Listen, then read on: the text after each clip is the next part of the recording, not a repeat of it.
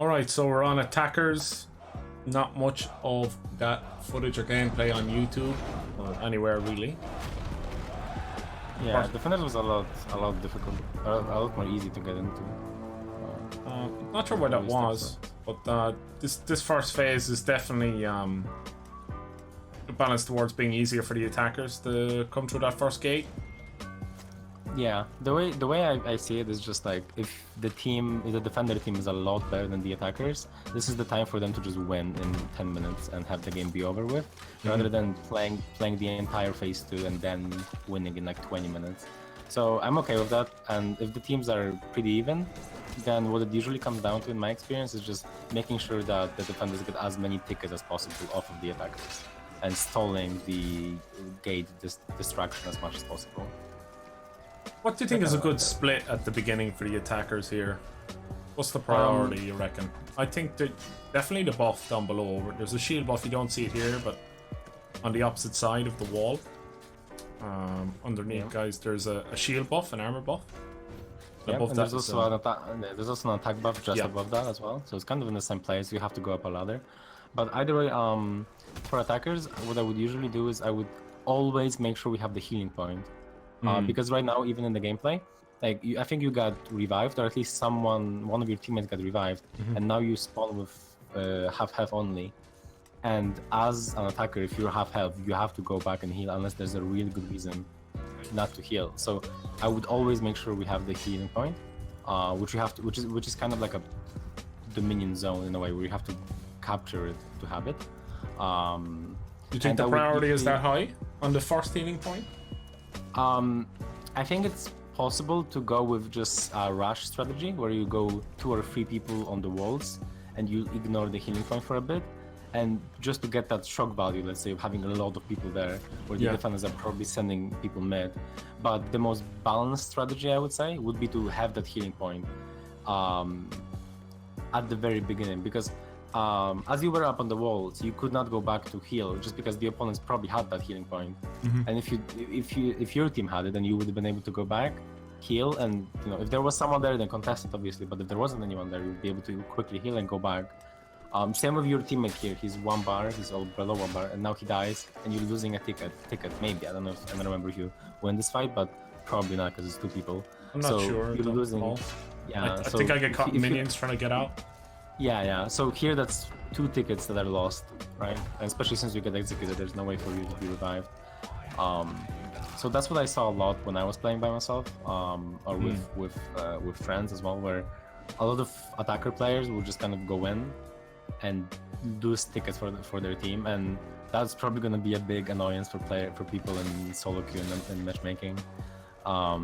I think it's important to just kind of chill. There's a lot of time in Breach. You have 30 minutes, at least in this build. You have 30 minutes to play the entire map. So play the longer game, you mean prioritize the longer game, keep an eye out for those tickets, rotate with your teammates. Yeah, get the buffs. The buffs are really good. The defense buff and the attack buff are really strong. The speed buff is nice, really nice for roaming. As I play Shaolin, I would always go for the... I would try to always get the speed buff if was any way available at all. It's very useful for coming in helping now teammates, because opponents often think they're alone, because they look around and they won't see anybody while they're fighting. But you're so quick, you can come in on the fight and punish recovery or something. Yeah, that's really good for attackers. On top of course, it's really good for defenders as well. But it's super strong for attackers, where you need to be safe at all times as attackers, or if you are risking something, it has to be a calculated risk. Here the ram is shielded. Actually, that was a nice play by the attacker team. So they took a flag and they planted it in the ram, so that the ram gets an additional bar, let's call it, of HP. Yeah. And now the cauldron. Yeah, the cauldron was pulled. I think you'll see the cauldron later in the video. The cauldron was pulled and it dealt a decent amount of damage to the ram, but because of the flag, it didn't deal as much as it usually would. So that was a really nice play, and that's kind of what I'm saying with all the chilling. Like, just kind of chill, get the flag, get the buffs, get the healing point, and then slowly push up on the walls. And here, using the Doom banner to. I mean, how would you prioritize the walls versus down on the ground here? Like, Well, is it very important to get those archers away, or can you let it happen for a while? Yeah, the walls are very important, and even if you're not planning on actually capturing the points, because your minions are the ones that capture the points, right? So even if you plan on maybe ignoring, maybe you have the sprint buff. I would do that sometimes as the attacker. I would get the sprint buff, and I would ignore every minion, every captain. I would just go and kill the archers. The archers are very, very strong, and they can hit you. Even if they're on your team, they can hit you as well. So they're a big annoyance just in general, and they kill minions very quickly. So if there's a minion against minion battle, and the defenders have the archers, the defender minions will win that fight easily. So the realm will not be able to progress as smoothly. But generally speaking, when it comes to prioritization, you need a character in mid that has body count. So maybe a Kensei, maybe a Raider. Raider's actually pretty good. Jugoki and Nobushi. Kyandi with his feats later on. Even if he doesn't have body count, with his feats later on. His third tier feat, yeah. Yeah. So you want someone to be able to clear mid, and you want at least one roamer from my experience. But of course, this is all very, very early on. And here you see the cauldron next to you, but you cannot use it because you're the attacker. Well, you can use it, but if you use it now, you would just damage your own ram. And here the guy is destroyed, and you try to kill the minion, but the minion disappears because that's what the minion yeah, do. they respawn. Yeah. I remember making an early push down the sides because it was free. It looked like a good time. Just take them quickly. Yeah, this is really good. Like making sure that the archers are down really quickly is super good. Because now you have a lot more freedom in mid, if there is any players in mid. But right now it seems like people are just kind of rushing the side lane, which is also a viable strat. And you can get additional renown. Actually no, just health. You can get health from the captains. Yeah, I found that to be quite useful, executing the officers if the healing point was taken. Yeah. Pick a long execution, make sure there's no minions around, and just go for it. Yeah, minions interrupt executions, and they're in general just big pains in the ass. But here you see you took the attacker buff and you killed minions in one zone. Like the attacker buff is very, very strong, and so is the defense buff, but the attacker buff is really strong. Like you'll see in this fight, this guy hits you a few times, and you like 2 bars, you hit him twice and he's like almost dead. You're gonna see that. See this normal light deals 28 damage, this one 30 damage. This is zone 40 damage. That feels good, man. Feels good. Yeah. In the Doom banner, yeah. Yeah. I was actually fighting for that ticket, but he got revived by someone else in the meantime. Yeah. It's interesting that the defender team always seems to have he got shot by his teammate. Yeah, as I say that the teammate got shot by his own friend. But I actually think that getting the ballista is a decent choice when you're losing the side lane, because then you're close to the guardian. That I'm not sure if it's going to show up in this video, but I don't recall on this match. Yeah, I'm not exactly sure, but there's a guardian that you can kill. It's an NPC, has a lot of health, but you can kill him and get a lot of renown and get really good boosts. You get all the boosts. Crazy boost. Yeah, it's really strong. And so if you're on the ballista, you can clear minions very easily without endangering yourself, and you can check for the guardian every now and then. Yeah, it's kind of it's a nice all-purpose tool, the ballista. Yep. You're not going to one-shot people if they've got full health. They do. Yeah, they do less damage than. But if you have the healing point and you land a couple shots off, they're under big pressure on the map. Yeah.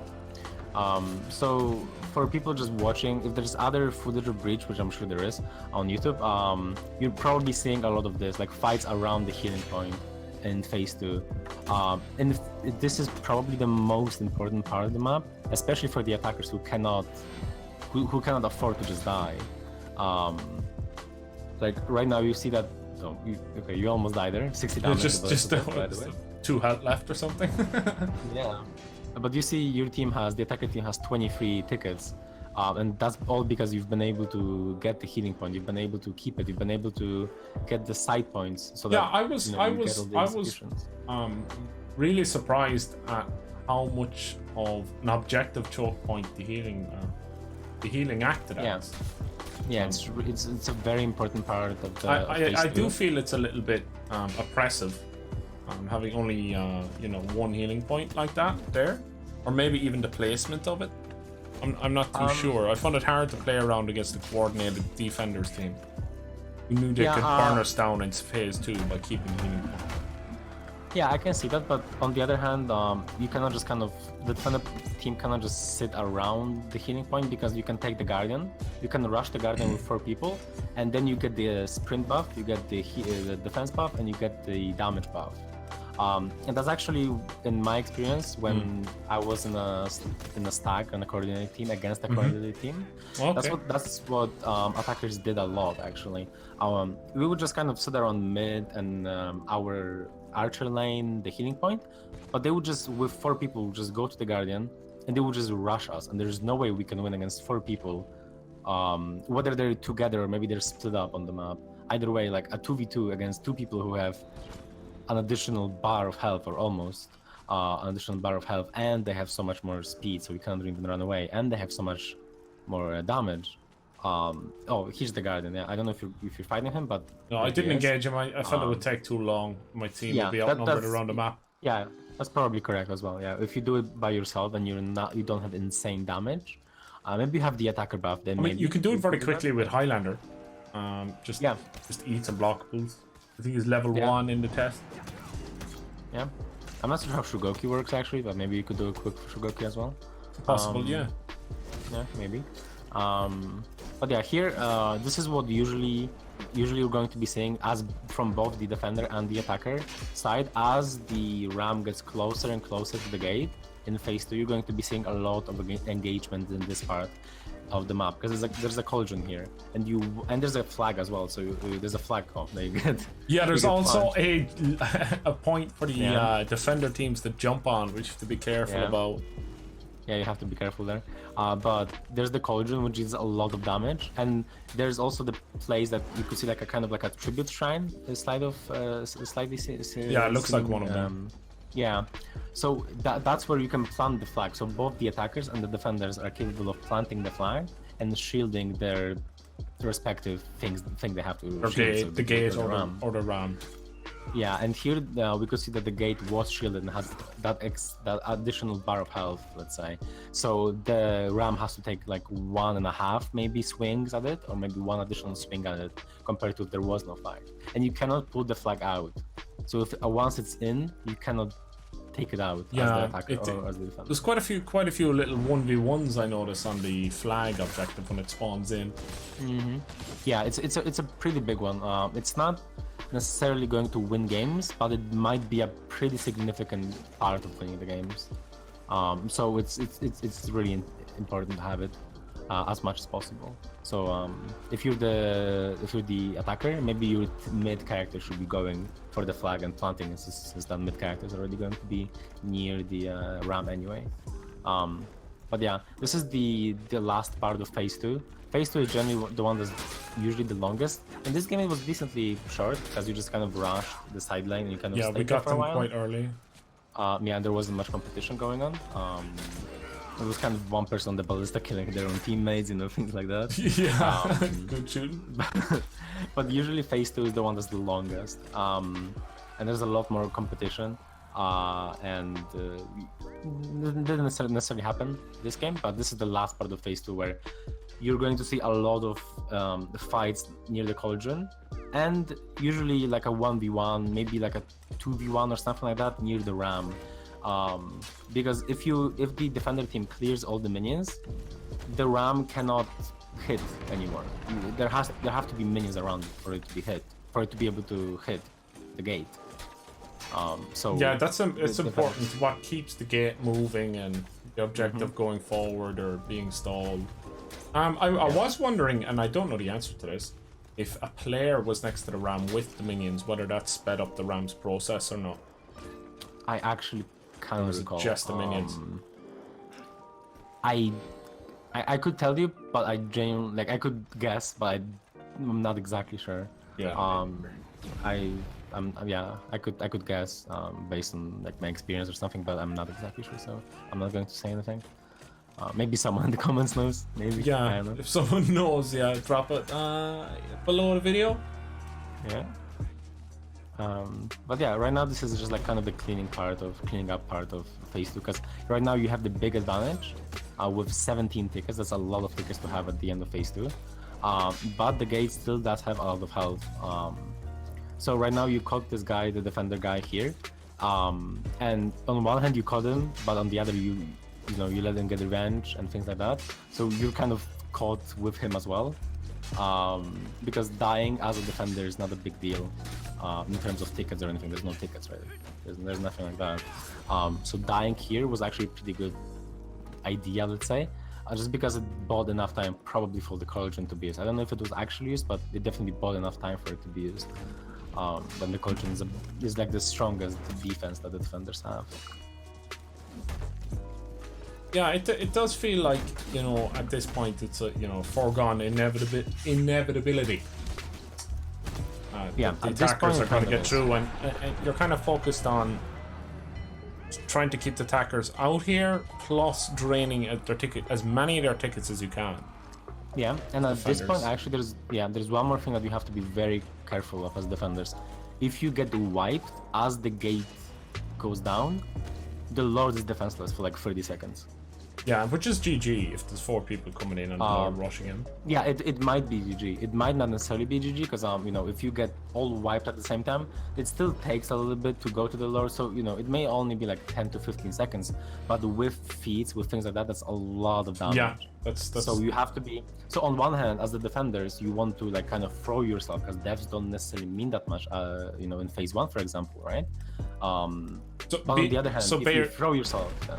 Yeah. So what you're saying is being ready for the next phase if it's close to it. It's important. Yeah, especially with this one. With phase 1 and 2, it's important for the defense buff actually, because the Guardian and things like that don't spawn immediately, but the boosts do, and the defense buff is next to the Guardian. So it's actually important then, as both the attacker and the defender, to be aware of it. And here actually you could have both gone to the Lord, but you're kind of just clearing minions and. Which is not a bad idea, but you could have both. It's better to prioritize the Lord here. Yeah, because there's nothing defending the Lord. One guy is dead. One guy you can see is 1 bar on the UI, is fighting somewhere, and the other 2 guys are somewhere. I don't know where. And if you had gone with that Tiandi there, you could have done a lot of damage. Oh, sorry, you could have done a lot of damage to the Lord. Here you still do a decent amount of damage, and there's someone with Ballista dealing some nice damage, so this wasn't really bad, but you could have done, at least like 100, 200 damage to him. And here, yeah, you have to roll away. The hitbox on that is really big. Yeah, and it deals like 100 something damage. You have to be careful. If you get hit by that, you're dead. So good job rolling away there. And you can stay around here, but if you have revenge, but Yeah, well, I think I got very greedy for the baiting the revenge. I wanted to try dodge cancel and then hit the revenge. And the idea wasn't too bad. I think the execution was rough.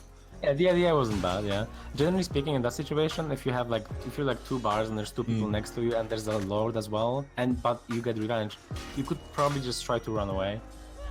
Because as an attacker. Is it worth stalling there? Let your team get healing point, number advantage, rest of map. I would say it depends on the number of tickets you have. In your case, probably just because you have so many tickets, you can just keep throwing yourselves at the Lord, and he's probably gonna die. But if you start this phase with like 8 tickets, well then every life is really important. Like if you think of it this way, all of you can only afford to die twice if you have 8 tickets left. So then, stalling for the map control, maybe that's not the best idea, because maybe your team loses a fight, or maybe they get stalled somewhere. So maybe not necessarily, but if you have like 20 tickets left, then you can just kind of do anything. But of course, you have to also be careful, because if there's a coordinated team being the defenders, well, now you have to be careful, because they can have traps, right? Yeah. They have like a berserker or a raider. They can put a lot of traps. Nobushi with fire trap, fire flasks, catapults. All of those are really big things that the Lord can be saved by. A Stalwart banner, it heals the Lord as well, for example. So there's a lot of feats here that you have to be careful of as the attackers.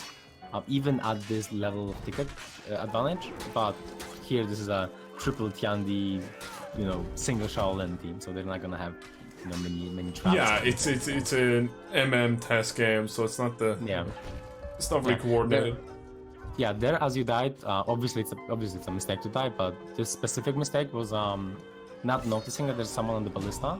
And if you had noticed that, you should have gone in, where this Tiandi is fighting right now, and try to contest the healing point. Even if there was someone there, which there was someone, you at least would be safe from the ballista, and you could 1v1. That's a lot easier to do than worrying about someone on the ballista. Yeah, I noticed like situational awareness, like not just the fight around you, like or XVX kind of situational awareness, but like objective awareness was a little bit difficult to get used to. Yeah, because you're like, because you forget about the RAM while you're getting 2v1. You're like, you're fighting a 2v1. There's minions around you. You're thinking about, there's a lot of stuff happening right now where I am. Yeah. I mean, speaking of forgetting, the defenders are forgetting about the Lord right now. There's one guy here defending the ballista. I guess there's one guy on the ballista. One guy just kind of fighting somewhere on the other side of the map. And where's right now the Lord, you can see his health is quarter maybe. I'm the only one alive right now. It's my issue there, I think. Well, I mean that's fine because you have two people on you, and while you were here, your teammates dealt a decent amount of damage to the Lord. I'm sure they could have done more, because of course, but they did do a decent amount, and now the Lord is at quarter health. If you had any catapults, for example, here, you could just stall, because you have 8 minutes if you look at the timer. You could just stall until you get your feats, go in, use your feats, and just leave, and just wait for your feats. That's kind of something you can do if you have a lot of tickets and a lot of time as well. What would defenders do to deal with a situation like that? I find this the phase with the Lord on it is very attacker orientated, or let's say leaning towards attacker's favor. It can definitely feel like that. Definitely phase 2 can feel very defender favored with the cauldron and things like that, and then phase 3 can feel very attacker favored. And this could be true, or this could be just us, not being necessarily as good at the mode yet. But it could be both. It may be both. One thing that the defenders can do is, as I said, have a lot of traps. Be prepared for phase 3. Where if they try to walk in and try to catapult or try to use their other feats like fire trap or something and roll away, like the bushy sometimes do, well then now there's 50 traps waiting for them, right? Sure. So you have to be careful with that. And honestly, if the attacker team has, let's say, 15 tickets left and there's 15 minutes left on the clock, it's going to be difficult. But now the Lord is dead because, as I said before, the defenders just kind of left him alone.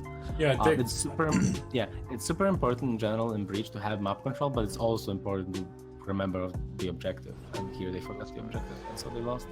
Well, cheers, Alernakin, for your input, man. I appreciate you taking the time to talk through, explain the game of Breach, drop a few tips and advice about it and how it's working. Do you think it's going to be? Oh, well, I'm not going to say going to be. Do you think it has promise or potential as a possible competitive mode? I think it does, definitely. One of the things that people are maybe concerned about is the length of the games, but I think as long as you make the correct choice tournament-wise, you don't play best of threes, for example, but instead you play just each side one game, and then you decide depending on how well each side did who won. Yeah, attacker tickets remaining or something like that. Or time limit or whatever else would be the best criteria here. Then I think that would not be an issue, and there are a lot of issues, admittedly, with the game mode itself right now. With, for example, minions are very difficult to block. I'm sure you've noticed that as you were playing. Yep. The buffs, the attacker buff, for example, feels very, very strong, and it doesn't feel very fun to get hit by 70 damage heavies.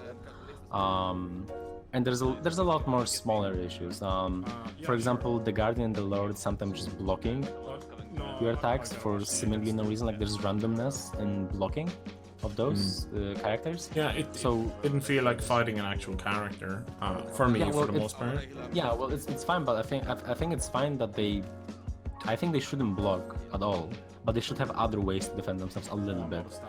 Technically speaking, generally speaking, they're not really enemies their objectives, right?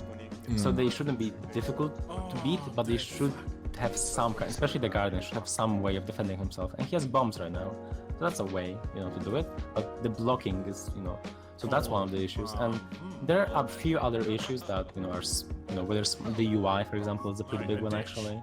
There's a lot of the UI was very intrusive. Yeah. From my experience, as well, yeah. More so like you're in the middle of a fight. It tells you the gate is destroyed. You have one bar because you're being attacked by two defenders or something, and it's blocking, the upper bodies of both defenders and half of your character.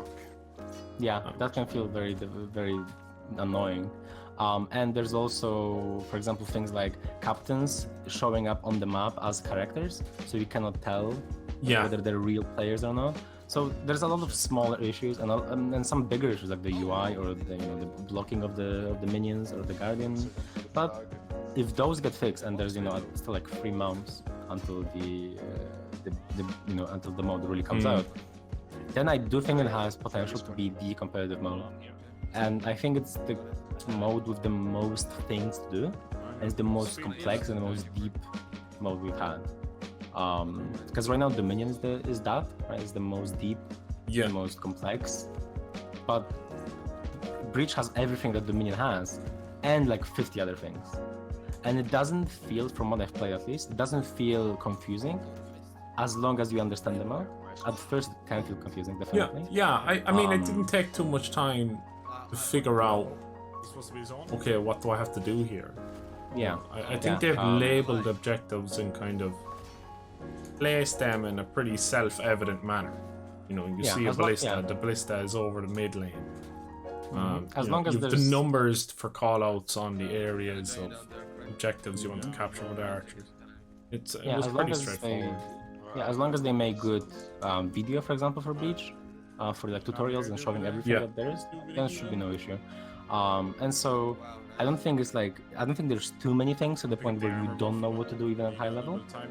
But I think there's enough things to the point where there will be different strategies, and different team compositions as well, and maybe different feat choices than we're used to seeing.